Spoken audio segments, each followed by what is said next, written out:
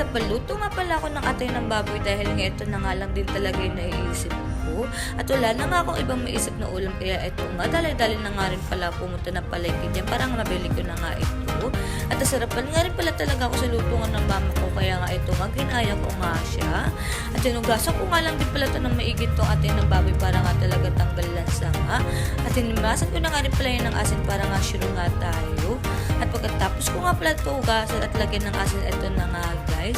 Nalagyan ko na nga rin pala ito ng kalamansi. Siguro nilagay ko kalamansi dyan mga 12 para nga talaga solid nga yung asin. At pagkatapos ko nga pala ito lagyan ng asin, nalagyan ko na nga rin pala yan ng toyo. Napalaki nga dyan yung butas nga ng toyo kaya ayan nga, dahan-dahan niya yung pagkakalagay ko dyan. At pagkatapos ko nga pala maglagay ng toyo, ito nang lalagyan ko na nga rin pala yan ng oyster.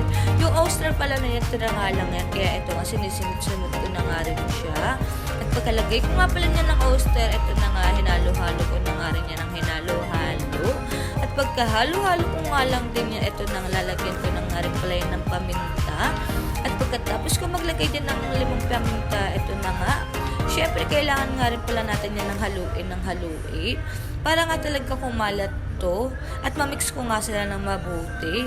Ang nilagay ko nga lang pala dyan na paminta, 5 piraso nga lang dahil nga naubusan nga ako ng paminta dito sa bahay namin. At hinalo-halo ko nga lang din pala siya at naghiwa nga lang din pala ako dyan ng 3 sili para nga talaga may sapak nga itong ginagawa ko. At mamarinig ko lang din pala yun ng mga 30 minutes para nga rin talaga solid yung pagkakamarinate. At habang nagmamarinate nga ako dyan, ito na nga, hiniwa ko na nga rin pala itong sibuyas para nga rin talaga ready to luto na nga lang din talaga ako dyan. Nung nakita ko nga na okay na nga ito na nga, hinalo-halo ko na nga rin pala ito. Habang hinahalo ko nga rin talaga ito ng hinahalo para nga mamix ko nga sila.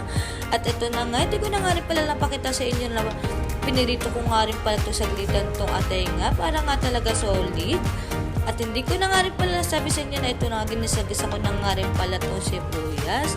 Syempre, pinang-marinate ko nga pala dyan, nilagay ko na nga rin pala dito.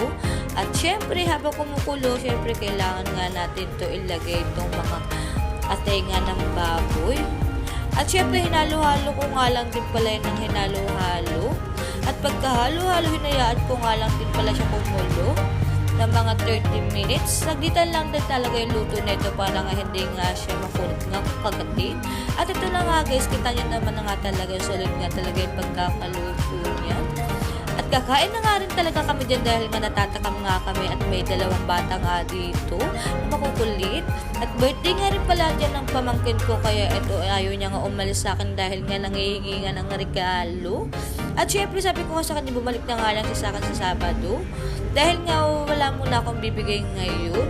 At ito na nga, kakain na nga rin daw sila dahil nga gusto nga nila itong niluto ko. At yun na nga lang guys, kakain muna kami.